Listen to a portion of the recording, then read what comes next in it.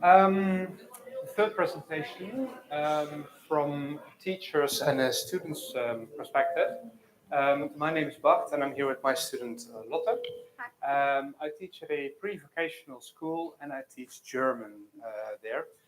And we would like to show you a little bit what we did in Saarburg and shed light on our experiences both from the teacher as well as from the students' side. These two statements stood at the very beginning of when I started with the project. It's hard to speak fluently if you spend all your time reading in silence. I found it a very good statement, and it made me think, okay, we should really try and enable our students to communicate more in class. And the same counts for the other statement. You can't make a child speak a language. However, you can set the stage so that they will want to speak it. And that is how I came to the virtual world. As I said, I teach German, and the language proficiency of German for our students is approximately A1 or A2. So that means that if I'm trying to set up a partnership with a German school, language-wise, it's not a very good idea, usually.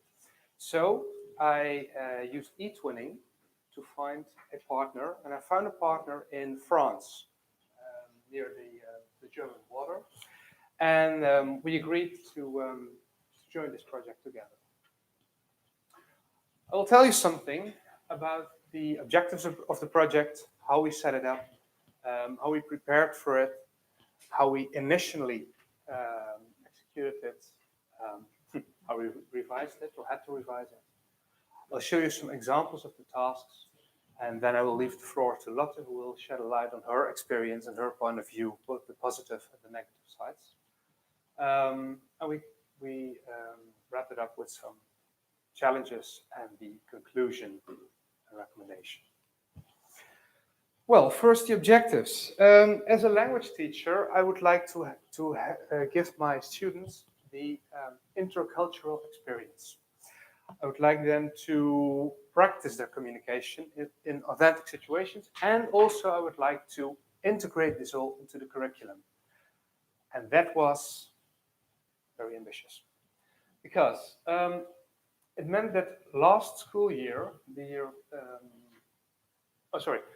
I had to connect all my the French students and the Dutch students, and me and Miri, that this was the French teacher,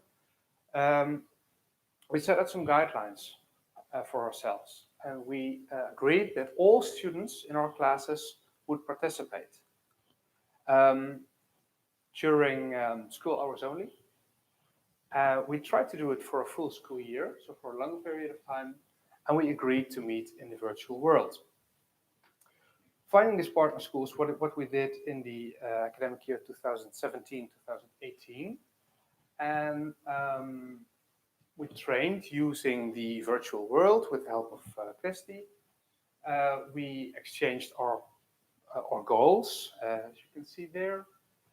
We selected our classes, and mind you, this was all in 2017-2018, so we had to prepare for the upcoming school year without knowing the classes we had. So that was kind of, well, a little blurry sometimes.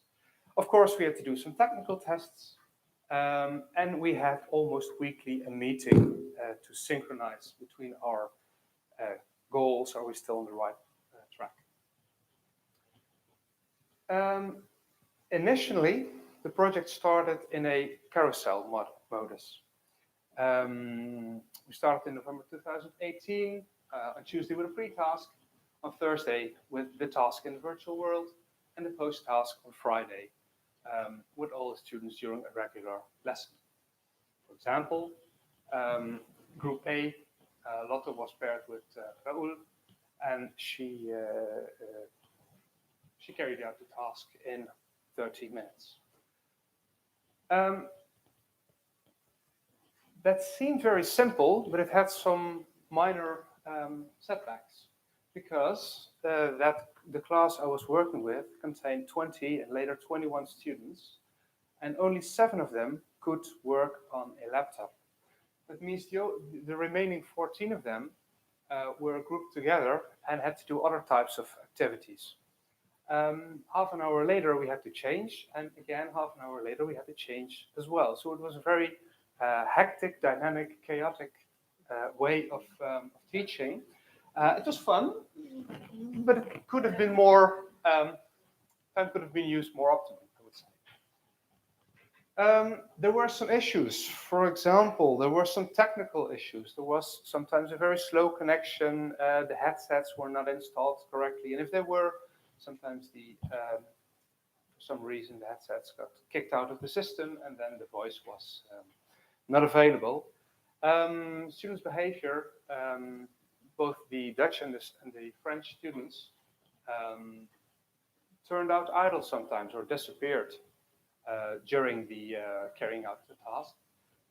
Communication, students who did not show up at the right place. Every student was assigned a number. They had to, for example, Lottie were number 4, and she had to meet up with the French student at spot 4. But as soon as she came there, the French student was not there or was already gone, or there was a different student. So that was an issue. And as I said, organizational issues, for example, what as a teacher could I do with group B and group C, knowing that only in half an hour group B would leave and group A would join me again. So I think that's true. All in all, we started with very much confusion, and that led to the situation that Miri and I decided to change our model, and we used the dedicated model. On Thursday, all students had to do the pre-task. Then 7 students were selected randomly in my class to go to the virtual worlds, whereas the French students still had the same system, so there was still the same number assigned as in the first model. And then the regular lesson was given with the remaining students. All right. So when we designed the tasks, it was very important for us to create an information gap.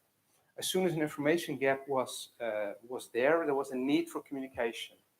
A few examples. With the blind date, we really wanted to let them exchange information. So that means that in the first pre-task phase, they prepared questions in German.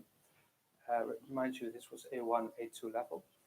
And there were approximately 30, 35 topics they could discuss, starting with name, age, place where you live, etc. Then, during the task on the Thursday, they collected the information from their partner. They had 30 minutes to do so. So that was pretty stressful sometimes. And in the post-task on Friday, they had to present their partner. The food task, for example, was centered around the question, do you eat healthy food? And if so, which types of food do you eat? This was from one of my students who made a PowerPoint presentation during his conversation with his partner. And yeah, there are, of course, there are some grammar errors in it, but I'm very happy that they at least discussed this, and this is the artifact. For Christmas, we, as a teacher, already prepared some questions to guide them in their execution of the task. Students prepared their answers in the pre-task time, so that was half an hour before, discussed it with a partner, and presented them later on in Google Slides. Presenting your school was one of the most expanded types of tasks. Students from both countries made pictures in the school and prepared a PowerPoint presentation before and presented them later during the virtual world, the same way as Nick explained this morning with the embedded types of boards. Carnival, the French school had some problem with the voice, so it means that there was no voice available at all. So all students use the chat function to exchange information. And here again, they prepared a PowerPoint presentation before and exchanged information through chat.